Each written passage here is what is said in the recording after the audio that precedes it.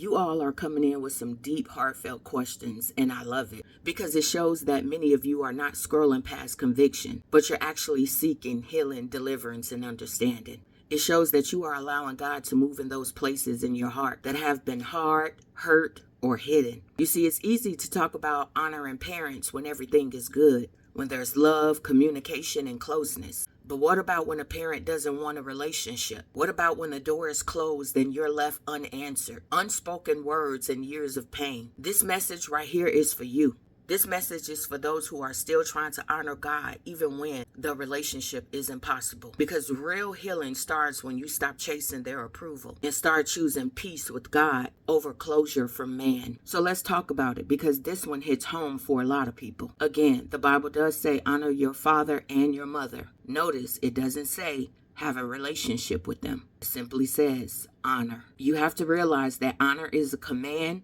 Relationship is a choice. And sometimes the parent is the one who chooses distance. So how do you honor them when the door is closed on their end? Number one, honor the position, even if there is no connection. You can acknowledge the role they played in your existence without forcing a relationship. You can say something like this: Father, in Jesus' name, I thank you for the vessel that brought me here, even if we never speak again. Number two, don't retaliate, rehearse, or resent. It's easy to replay what they did or did not do. But honoring God means refusing to let bitterness become your identity. So the Bible says, love your enemies and bless those who curse you. Do good to those who hate you and pray for those who spitefully use you and persecute you. That's Matthew chapter 5, verse 44. That includes your parents, even the ones who wounded you, because forgiveness isn't approval, it's release. It doesn't mean you pretend the pain never happened. It just means you stop letting the pain be your prison. So here's what that looks like in real life. You might not invite them to dinner. You might not have phone conversations and share your personal life with them. But when their name comes up, you don't roll your eyes, you don't curse them out, and you don't have bitterness in your heart. When you see them in passing, you say hello. When you pray, you ask God to bless them. Not because they deserve it, but because you deserve peace. That's how you honor without reattaching. That's how you stay obedient to God without reopening wounds. Because the real test of maturity isn't how you act when you're loved. It's how you respond when you're rejected. Number three, choose forgiveness as a lifestyle. Forgiveness doesn't mean restoration.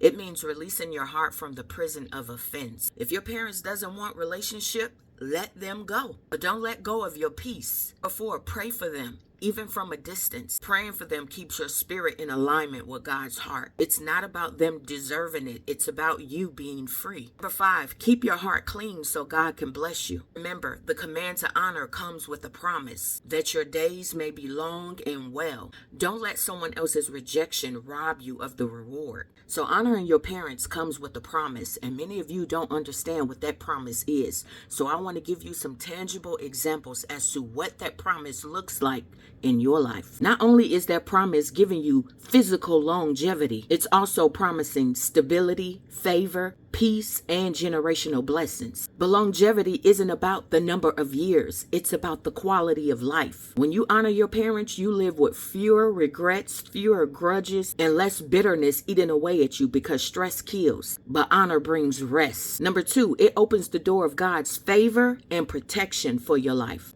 When you honor your parents that are toxic, don't want nothing to do with you, or deceased, you align yourself with heaven's order. That alignment attracts divine favor, opens doors, and spiritual covering. Let me give you this example. You might see favor in your career, your home, or your health because you've chosen to keep your heart clean towards your parents. Number three, it breaks generational cycles. Your children will watch you how you treat your parents and mimic it. Honor you show becomes the honor you receive later. Number four brings emotional stability. When you honor your parents, even when they're absent, difficult, toxic, or deceased, you release yourself from an emotional tug of war. You can go to bed at night with peace, not resentment. You can show up at family events without anxiety. Number five, it positions you for wellness in every area of your life. I'm a living testimony. People who live in dishonor often find themselves in constant conflict at work, in marriage, in ministry. When you walk in honor, even in silence, life starts to flow smoother. So when God said, honor your parents so that your days may be long and well, he wasn't just saying you'll live to be 90. He was saying you'll live at peace. You'll live in favor. You'll live in wholeness. Honor keeps your heart right and your spirit clean and your blessings flowing. So when you hear the command, honor your father and mother, don't just hear law, hear love, because God's heart behind it isn't to control you. It's to cover you. Honor is heaven's protection plan. It keeps your soul clean and your blessings flowing, and your days not just long, but full, because you can live many years long, but not well. But when you walk in honor, you live in the fullness of God's promises. You live in the fullness of God's favor and peace. Yep, I said it. Head on over to my YouTube page to review the reflection questions and to pray a prayer of repentance and release. God bless you.